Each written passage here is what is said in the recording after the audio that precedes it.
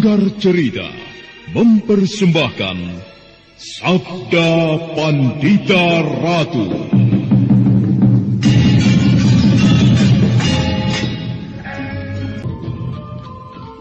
Sabda Pandita Ratu, naskah ditulis oleh Pondra Swasti Langit, diolah oleh Agus Nur Ismail, didukung oleh artis-artis terkemuka, Ferry Fadli, Eli Ermawati, M. Abud, Ivona Rose, dan lain-lain.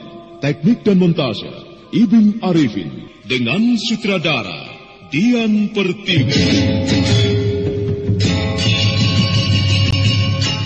Sabda Pandita Ratu kali ini mengetengahkan episode yang ketiga dengan judul Purnama Kambang Ayun. Kameswara kemudian mengeluarkan keris pusaka yang tersimpan di balik bajunya. Pamor dan keris itu nampak berkilat-kilat diterpa cahaya rembulan. Semua orang-orang yang berada di tempat itu kaget. Ini benar-benar hebat, bukan? Tentunya di hati kalian sekarang telah tumbuh keinginan baru, yaitu ingin memiliki pusaka yang kugenggam ini. Bukankah begitu? Aku rasa pusaka ini mempunyai kehebatan yang luar biasa. Tapi sayang pusaka ini belum mempunyai nama. Baiklah. Pusaka ini akan kuberi nama Kiai Kambang Ayun. Luar biasa. Nama yang bagus sesuai dengan kehebatan yang tersimpan di dalam pusaka ini. Dan satu hal yang menggembirakan. Orang aneh itu memberiku nama Sukma Suci. Berarti namaku sekarang adalah Kameswara Sukma Suci. Hebat bukan? Dan tentunya nama itu lebih menggetarkan daripada nama Sabalangi. Keparat. Rupanya kau pemuda yang beruntung. Tapi sayang, keberuntungan yang baru kau dapatkan ini akan lenyap dengan sia-sia. Karena kau sekarang telah berhadapan denganku. Apakah kau yakin bahwa kau dapat mengalahkan aku? Berdebah! Jangan dulu merasa hebat karena kau telah meminum air suci itu. Kau masih bau kencur untuk berhadapan denganku, anak muda. Sekalipun aku masih bau kencur menurutmu. Tetapi sekarang aku bukanlah lawan yang bisa kau kalahkan begitu saja, Sabalangit. Aku memang sudah mendengar kehebatanmu. Tetapi menghadapiku bukan berarti kau harus menang. Kau lihat keris ini. Apakah kulit tubuhmu pun kebal terhadap pusaka ini? Kurang ajar. Keris ini pamornya memang luar biasa. Bulu kuduku seolah-olah berdiri merasakan getarannya. Keris itu pun harus menjadi milikku. Ya, pusaka Raja Mataram itu harus menjadi milikku. Kenapa kau diam, Kiai Sabalangit? Apakah kau benar-benar takut menghadapiku karena aku memegang pusaka ini? Tokoh tua yang hebat hanya di mulut saja. Tutup mulutmu, bocah dungu. Baiklah, aku akan berusaha menahan amarahku. Tapi cepat kau serahkan keris pusaka itu. Rupanya kau masih mempunyai keinginan untuk memiliki pusaka ini juga, orang tua. Jangan terlampau banyak bicara. Cepat kau serahkan keris itu, anak muda. Benda pusaka itu harus menjadi milikku. Tunggu! Tidak bisa kau memiliki benda itu begitu saja, Sabalangit. Siapapun menginginkannya. Ya, aku pun menginginkan benda itu. Anak muda, sebaiknya kau berikan saja pusaka itu kepadaku. Apapun yang kau inginkan, aku akan memberikannya. Asal pusaka itu jadi milikku. Oh, bukan main. Sebuah tawaran yang menggiurkan. Tapi sayang, bagaimana mungkin pusaka ini bisa dimiliki kalian semua? Sementara pusaka ini cuma satu. Jangan ada yang coba-coba memiliki pusaka itu. Kalau kalian mau selamat, akulah Sabalangit, satu-satunya orang yang berhak memilikinya. Tidak bisa, Kiai Sabalangit. Untuk memiliki keris pusaka ini, harus ada satu cara, yaitu kalian semua harus bertanding. Siapa di antara kalian yang hebat, maka dialah yang berhak memiliki pusaka ini. Baik, aku setuju. Ya, Hep. aku pun setuju dengan caramu, anak muda. Hup, hei.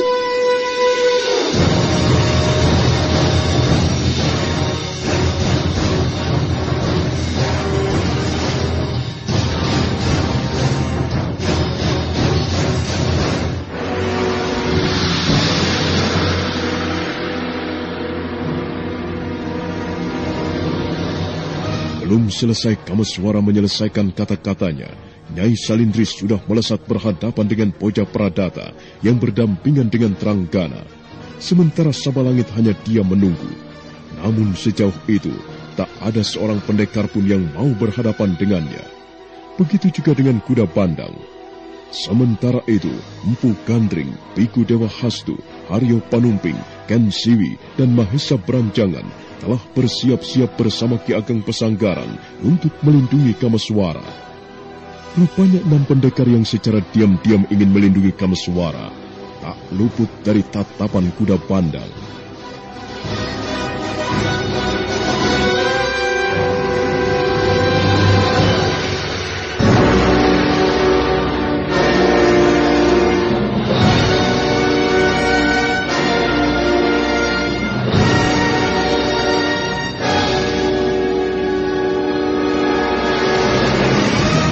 Jangan dilanjutkan dulu.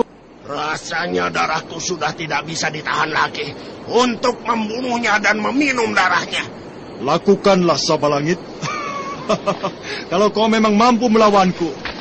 Darah Sabalangit jadi semakin mengkolak mendengar kata-kata Kameswara yang seolah-olah menganggapnya remeh.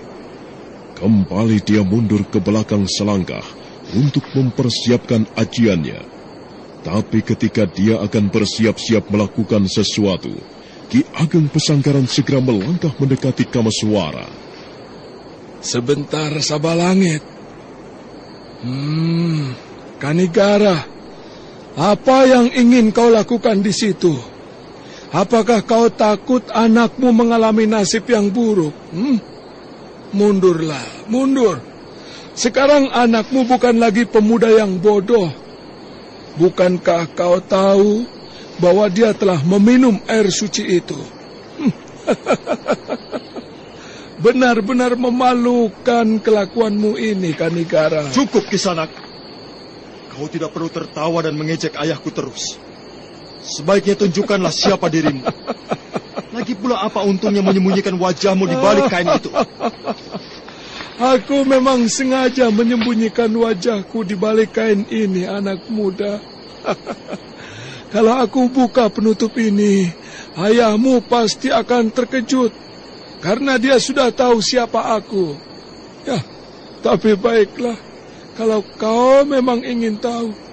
Nah, terimalah ini. Hup, hup, iya.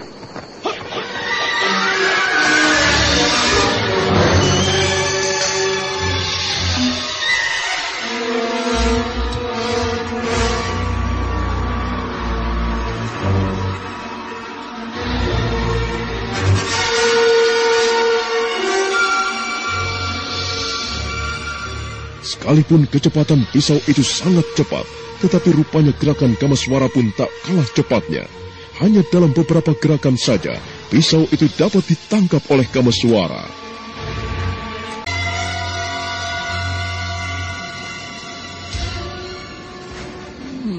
Bagus, hebat sekali. Itulah tanda pengenalku. Barangkali dengan melihat pisau itu kau akan tahu siapa aku. Sebuah pisau yang cukup tajam. Dan gagang pisau ini berukir paruh burung Raja Wali. Tapi sayang, aku tidak tahu siapa kau sebenarnya. Kalau begitu, serahkan pisau itu pada ayahmu. Dia pasti mengenalnya. Kameswara segera menyerahkan pisau itu pada ayahnya yang berdiri tak jauh di belakangnya. Ki Ageng Pesanggaran kemudian meraih pisau yang berukir paruh burung Raja Wali itu. Ditatapnya pisau itu sesaat. Kemudian Ki Ageng Pesanggaran menoleh pada pemilik pisau itu. Melihat dari pisau yang berukir kepala burung Raja Wali ini, bahwa kau adalah kuda bandang. Iya, aku memang kuda bandang. Tetapi sebelum aku menggunakan nama itu, aku mempunyai nama lain yang telah kau kenal, Kanigara. Siapa kau sebenarnya? Bicaralah secara jelas, jangan membuatku penasaran. Aku tidak akan menjelaskannya secara langsung, tetapi aku ingin membawa pikiranmu dulu pada peristiwa masa lalu.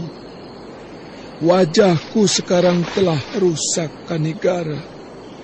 Makanya aku malu menunjukkannya padamu, juga pada kau, anak muda. Tetapi dengan mengingat bentuk pisau yang kau genggam itu, kau pasti akan tahu siapa aku. Ki Ageng segera mengernyitkan dahinya. Dia berusaha mengingat-ingat kembali peristiwa masa lalunya.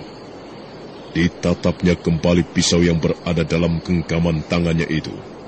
Tapi tiba-tiba dadanya berdebar, seolah-olah ada sesuatu yang singgah secara tiba-tiba.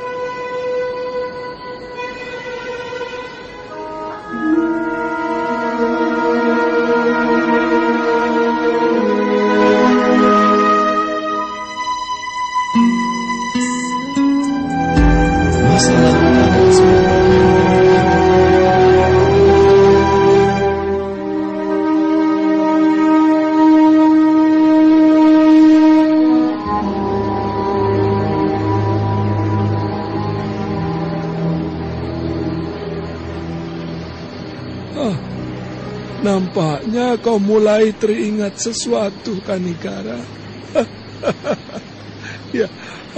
Ya, itulah pisau yang pernah menembus dada kakangku. Tentunya kau masih ingat, bukan, siapa kakangku? Dan kalau kau mau tahu lebih jelas, akulah adiknya. Bentuk pisau itu memang tidak pernah berubah ketika aku mendapatkannya. Tapi pisau yang kau genggam itu adalah pisau yang asli, yang pernah bersarang di dada kakangku. Ya, aku pun baru ingat. Melihat dari caramu melempar pisau itu, tiba-tiba saja aku teringat dengan seorang pemuda bernama Rangsang. Apakah kau pun mengenal orang itu, kuda bandang? Ya, dia memang muridku. Bagus sekali kalau kau sudah mengenalnya. Artinya kau akan semakin tahu sampai sejauh mana kehebatan yang kumiliki. Ya, pantas saja Rangsang mempunyai kepandaian yang sama dengan kuda bandang. Rupanya dia mempunyai hubungan yang kuat. Nah, Kanigara, kalau kau sekarang sudah mengenal siapa aku, sekarang suruh anakmu menyerahkan pusaka itu padaku. Atau aku akan membongkar rahasia yang selama ini kusimpan.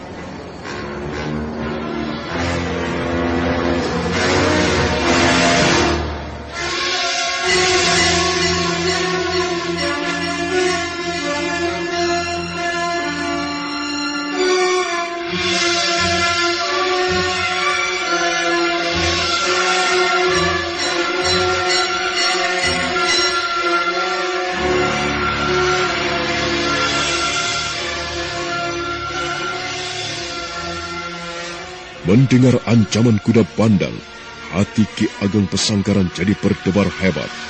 Setelah beberapa saat dia menatap kuda bandang, kemudian Ki Ageng Pesanggaran menoleh ke arah Mahesa Beranjangan yang berdiri di samping Ken Siwi Nareswari. Kembali hati Ki Ageng Pesanggaran berdebar, seolah-olah ada sesuatu yang tidak bisa dilupakan setelah menatap anaknya yang satu ini. Bagaimana, Kanigara? Pilihlah salah satu. Kau mau membujuk anakmu untuk menyerahkan keris pusaka itu, atau aku akan membongkar semua rahasia yang kusimpan selama ini. Cukup! Hentikan persoalan busuk kalian. Siapapun orangnya tidak berhak memiliki keris pusaka itu selain aku. Lucu sekali. Kalian semua memperebutkan pusaka yang sedang digenggam orang lain. Apakah kalian semua tidak berpikir bahwa pusaka ini sudah jadi milikku? Siapapun orangnya yang menginginkan keris pusaka ini, aku akan mempertahankannya. Dan tidak akan kubiarkan orang lain memilikinya. Keparat! Rupanya kau benar-benar ingin mencari mati, bocah sial. Kuda Bandang, menyingkirlah dari tempat ini. Yang sedang kita perebutkan adalah pusaka itu, bukan cerita-cerita yang tidak karuan. Aku mengerti, Sabalangit. Tetapi bukankah kita mempunyai cara-cara tersendiri untuk memiliki pusaka itu? Nah, jadi aku harap kau jangan mencegahku.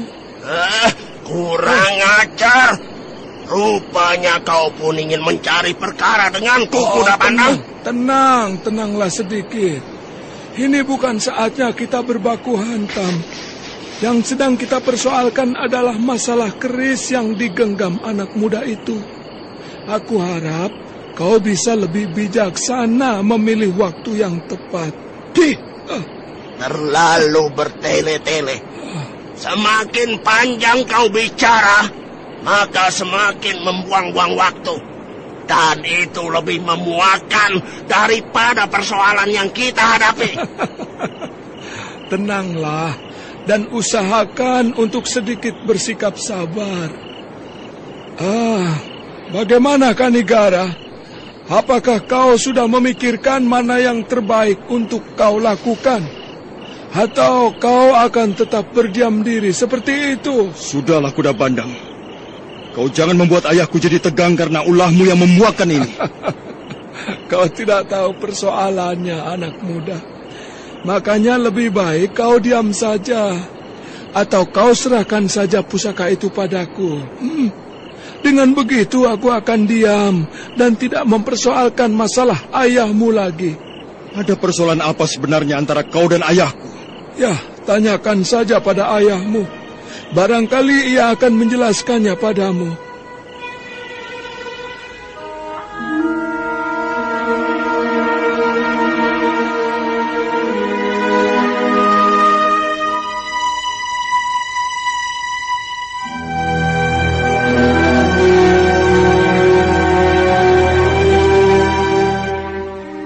Kameswara menoleh pada ayahnya yang masih berdiri tak jauh di belakangnya.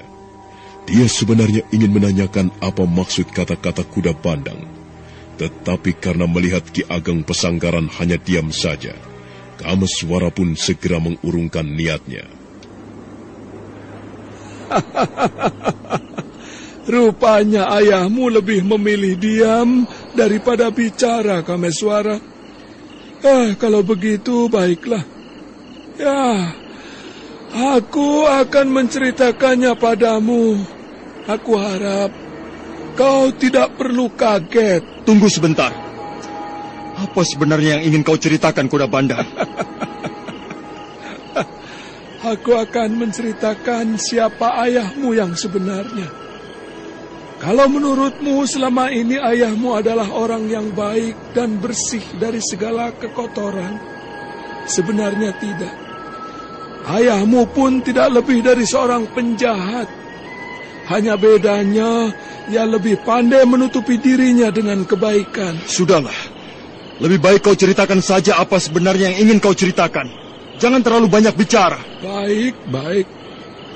Dulu ketika muda, ayahmu termasuk orang yang sombong karena merasa hebat. Sampai suatu ketika, ia berhasil membunuh kakangku. Dan yang paling mengenaskan, dia telah mengambil anak kakangku. Dulu anak itu bernama Raga Jampi. Tetapi sekarang, Kanigara telah merubahnya menjadi Mahesa Beranjangan. Kameswara menoleh ke arah Ki Ageng Pesanggaran. Kemudian dia menatap Biku Dewa Hastu, Empu Gandring, Haryo Panumping, Ken Siwi dan Mahesa Beranjangan.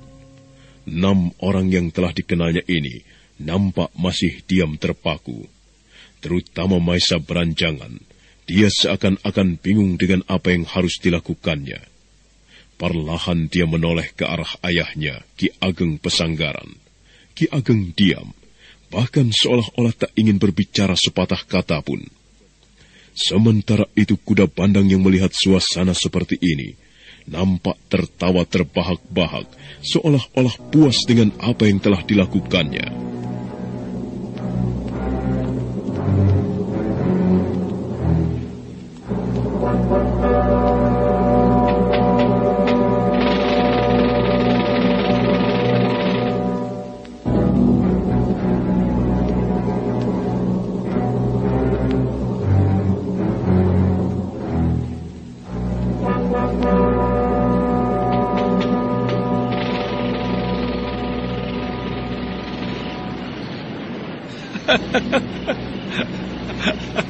Luar biasa, bukan? Nah, apakah kau puas, Kamaswara, dengan apa yang kuceritakan tadi?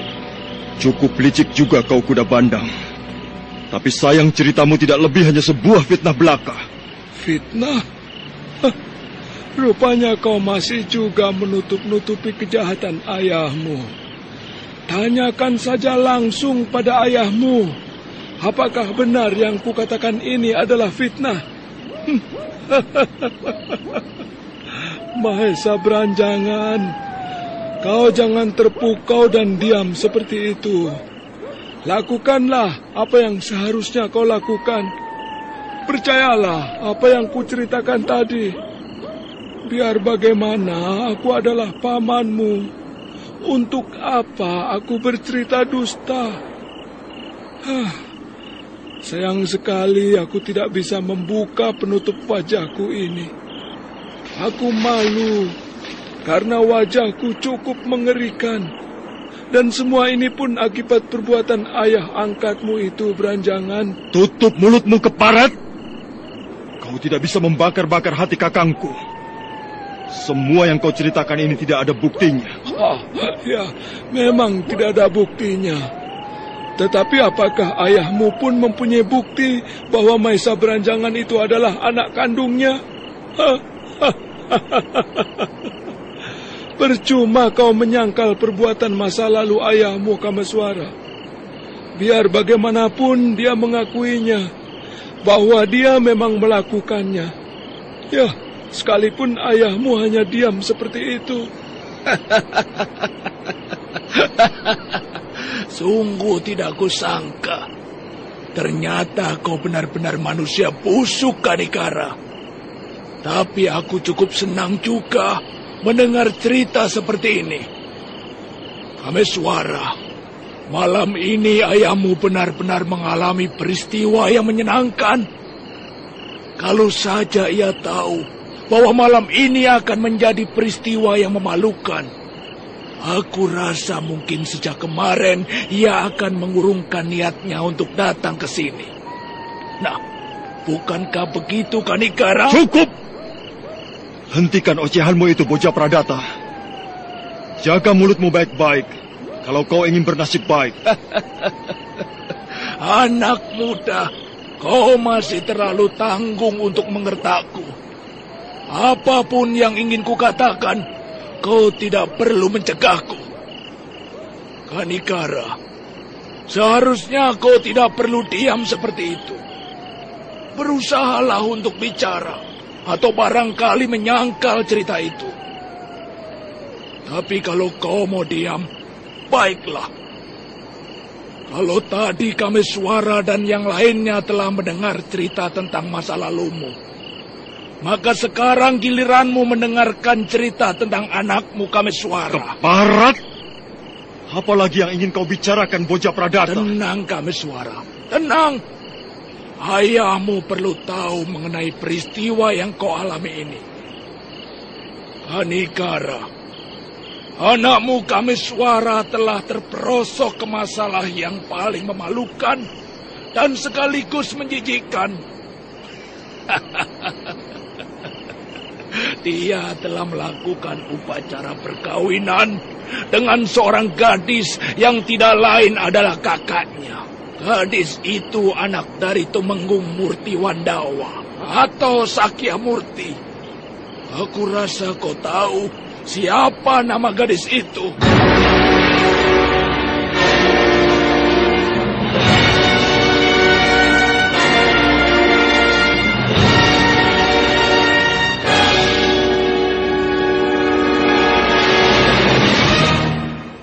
Ki Ageng Pesanggaran atau Kanigara benar-benar terpukul malam itu. Dia tidak menyangka banyak sekali peristiwa buruk yang harus dialaminya. Bukan hanya Ki Ageng Pesanggaran saja yang merasa terkejut mendengar hal itu, tetapi Biku Dewa Hastu pun demikian. Wajahnya kelihatan mendadak pucat. Dia seolah-olah merasa bersalah atas perbuatan Kamaswara. Tapi dia pun tak dapat berbuat apa-apa, kecuali hanya diam seperti Ki Ageng Pesanggaran.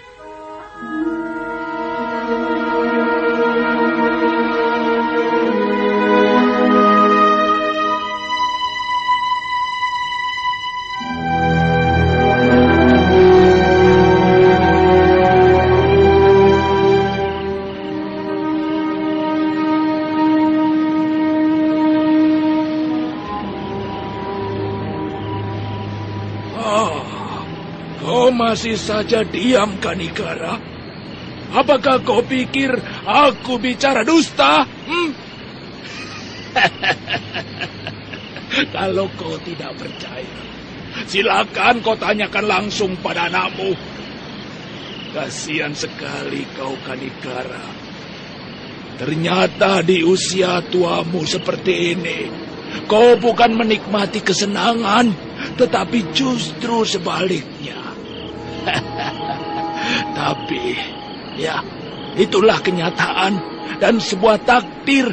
Bukankah demikian, anak muda? Sudahlah, Bocah Pradata. Aku jadi muak mendengarkan ocehanmu itu. Anak muda, cepat serahkan pusaka itu. Ini kesempatan terakhir untuk kau membela diri. Kalau tidak, maka kau akan tahu bahwa aku tidak main-main. Keparat! Kau memang tidak bisa diajak bertindak hati-hati, Sabalangit.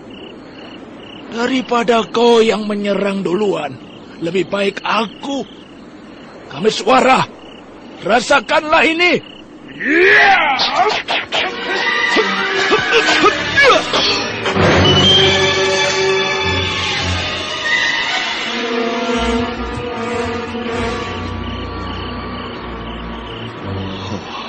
Daripada aku melayani manusia dungu ini, lebih baik ku hajar Sabalangit saja. Dialah musuh yang paling berat untuk dilawan. Aku mau tahu sampai sejauh mana kehebatannya.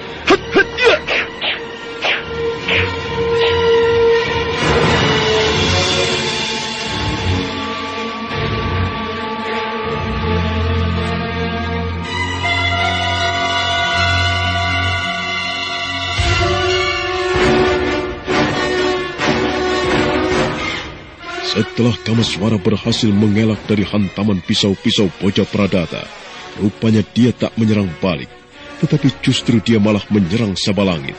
Sekalipun mata Sabalangit buta, tetapi rupanya dia tahu sampai sejauh mana gerakan musuh yang akan mencelakainya. Dengan gerakan yang gesit, Sabalangit mengelak ketika Kameswara menghunuskan keris pusakanya.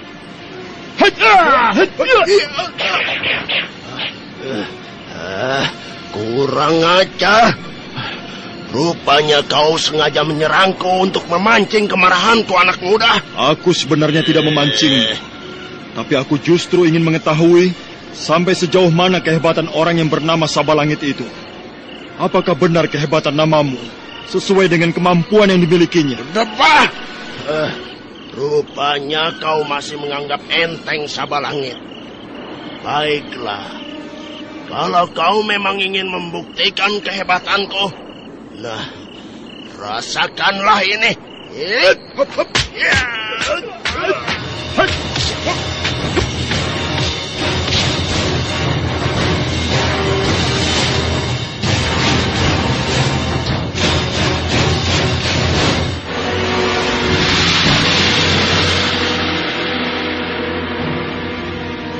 Sabalangit terus menerjang dengan pukulan-pukulannya yang beruntun. Namun sekalipun serangan-serangan yang dilakukan Sabalangit cukup ganas, tetapi rupanya Kameswara dapat mengimbanginya dengan mudah. Bahkan dia dapat menyerang balik dengan keris yang digenggamnya. Sampai akhirnya hampir saja Sabalangit mengalami nasib yang naas.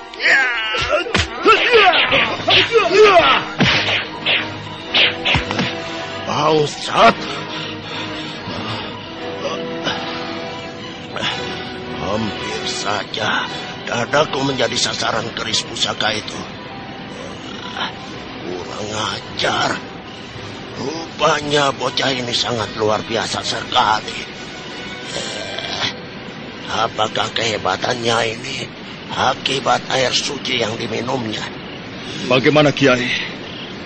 Kenapa kau diam saja di situ? Apakah kau akan menyerah? Berdebah. Kau memang hebat, bocah. Tapi kau jangan membusungkan dada dulu. Kalau tadi kau hampir merobek dadaku, tapi sekarang justru akan berbalik. Akulah nanti yang akan merobek daging kulit tubuhmu. Lakukanlah, Kiai Sabalangit, kalau kau memang mampu. Tetapi harus kau ingat bahwa aku telah meminum air suci itu. Artinya aku tidak dapat dikalahkan begitu saja. Kalau kau tidak percaya, ayolah kita mulai kembali pertarungan ini. Rasanya tanganku pun sudah gatal ingin menghajarmu. Kata-katamu semakin memuakan saja. Nah, rasakanlah ini.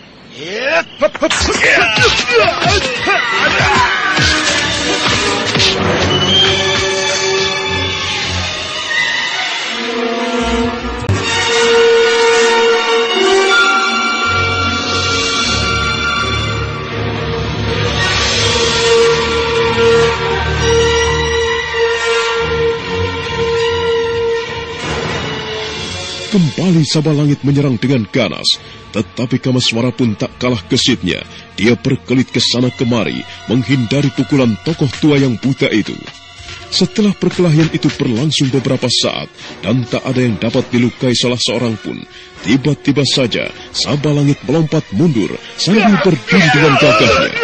Kedua bibirnya nampak bergetar, seakan-akan tengah merapal sebuah ajian.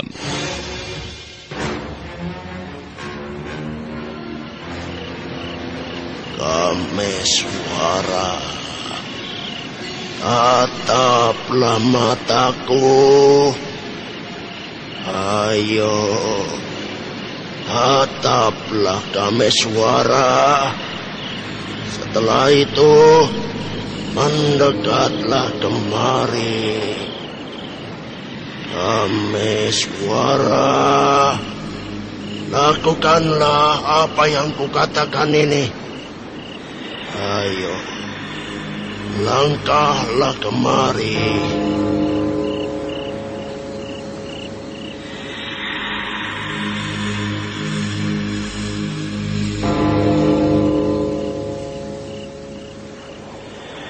Ayo, turutilah kata-kataku.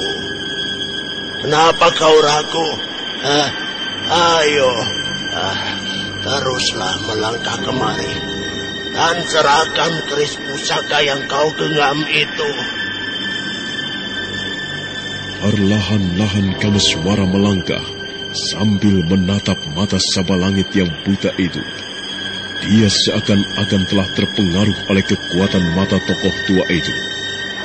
Sementara Ki Ageng Pesanggaran yang melihat anaknya dapat dipengaruhi oleh Sabalangit hanya bisa diam sambil menatap dengan hati yang berdebar. Kameswara terus melangkah, sampai akhirnya sekarang dia telah berada di hadapan Sabalangit. Bagus anak muda. Rupanya kehebatanmu masih belum berarti apa-apa bagi Sabalangit. Sekarang serahkanlah keris pusaka itu. Ayo anak muda. Kembali Sabalangit mempengaruhi Kameswara. Kemudian Kameswara pun segera menyodorkan keris itu perlahan-lahan.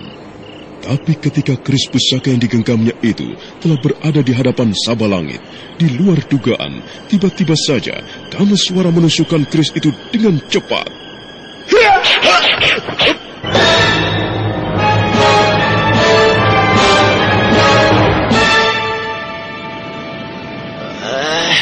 Keparat, rupanya kau hanya berpura-pura terpengaruh dengan ajianku. Kehebatan ilmu ngaraga sukmamu memang hebat dan mengerikan, Kiai Sabalangit. Tapi sayang ajianmu sama sekali tidak berguna bagiku. Untunglah tadi kau masih sempat mengelak. Kalau tidak mungkin perutmu akan robek dibelah oleh keris Kiai Kambang Ayun ini. Iya, aku pun tidak dapat memungkiri kehebatanmu, Kameswara. Tapi seperti yang kukatakan, jangan dulu membusungkan dadamu. Karena aku masih mempunyai ajian yang lain yang dapat membuatmu tidak berdaya. Keluarkanlah seluruh kemampuanmu, Kiai Sabalangit. Aku siap melayanimu dengan tangan terbuka. Bagus. Kalau kau memang sudah siap untuk melayaniku kembali. Hop, hop.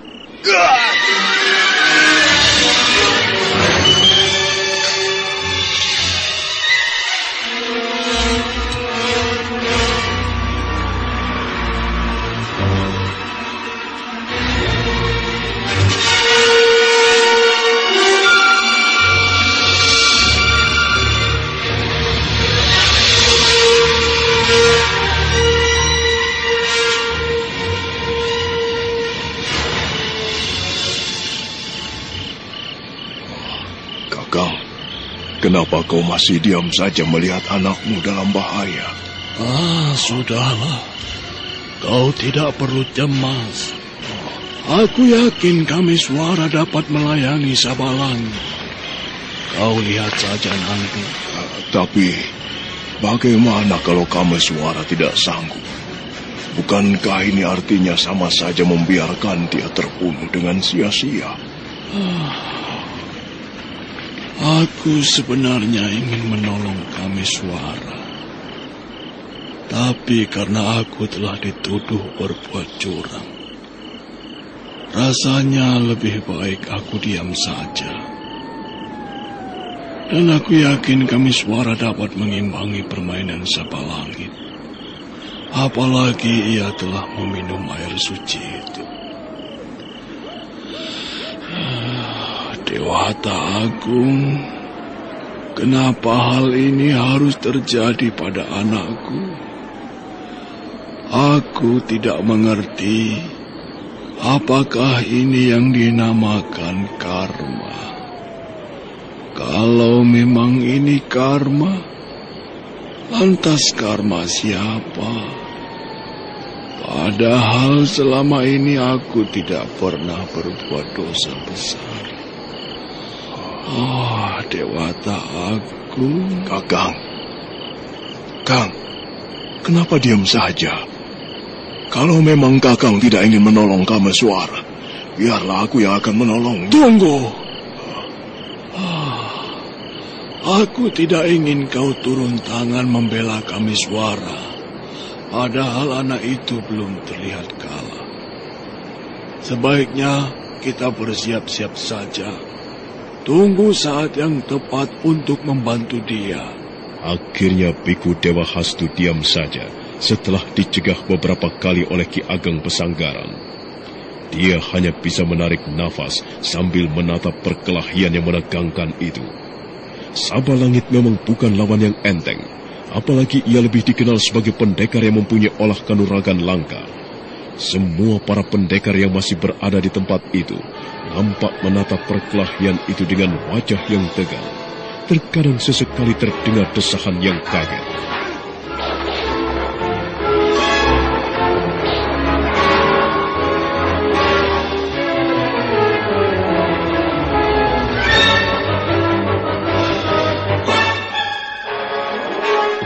Keduanya masih bertarung dengan sengit. Sabalangit hatinya benar-benar menjadi tegang. Semula dia menganggap enteng musuhnya, tetapi ternyata mempunyai kanuragan tinggi. Hingga pada saat berikutnya, tiba-tiba saja Sabalangit melenting ke udara sambil kemudian mendarat dengan jarak agak jauh dari Kameswara.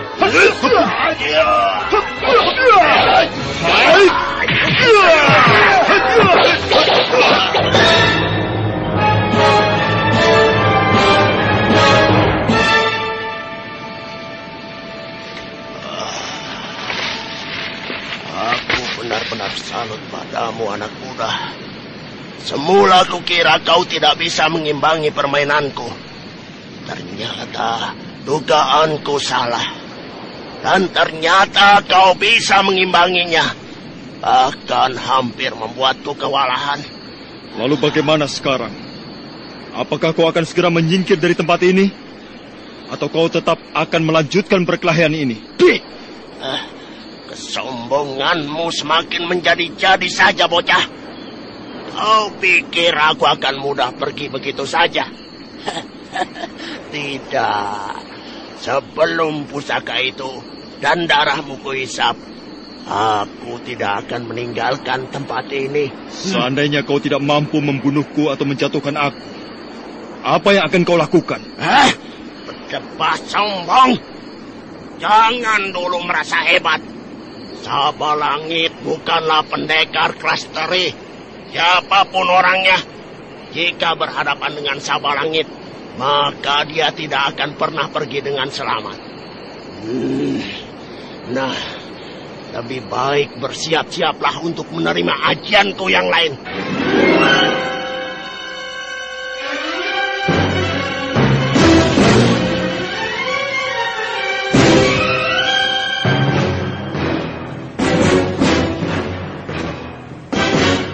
Kembali Sabalangit memasang kuda-kuda, dan kali ini ia rentangkan kedua kakinya, sementara kedua tangannya berputar-putar di udara. Sebentar kemudian, tiba-tiba saja jari-jari Sabalangit berubah berwarna hitam. Sejenak Kameswara terpaku melihat hal itu, tapi setelah itu tubuhnya melenting ke udara. Nah, apa yang akan dilakukan oleh Kameswara? Sanggupkah Kameswara melawan Kiai Sabalangit? Saudara pendengar, untuk mengetahui jawabannya, nantikanlah kelanjutan kisah ini dalam seri berikutnya. Sampai jumpa.